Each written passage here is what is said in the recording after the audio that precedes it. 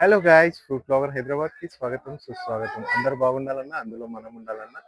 ఈరోజు 6 ఆగస్టు 2026 గురువారం అన్న బాటసింగారం పండ్ల మార్కెట్కి 80 నుంచి 95 బండ్లు వచ్చినాయన్న. ఇక రేట్స్ విషయానికి వస్తే అన్న, రేట్స్ ఆల్మోస్ట్ ఆల్ 2-3 రోజుల కంటే ఈరోజు తగ్గిపోయిందన్న. 3 రోజుల వరకు బాగానే ఉంది, ఈరోజు తగ్గిపోయిందన్న.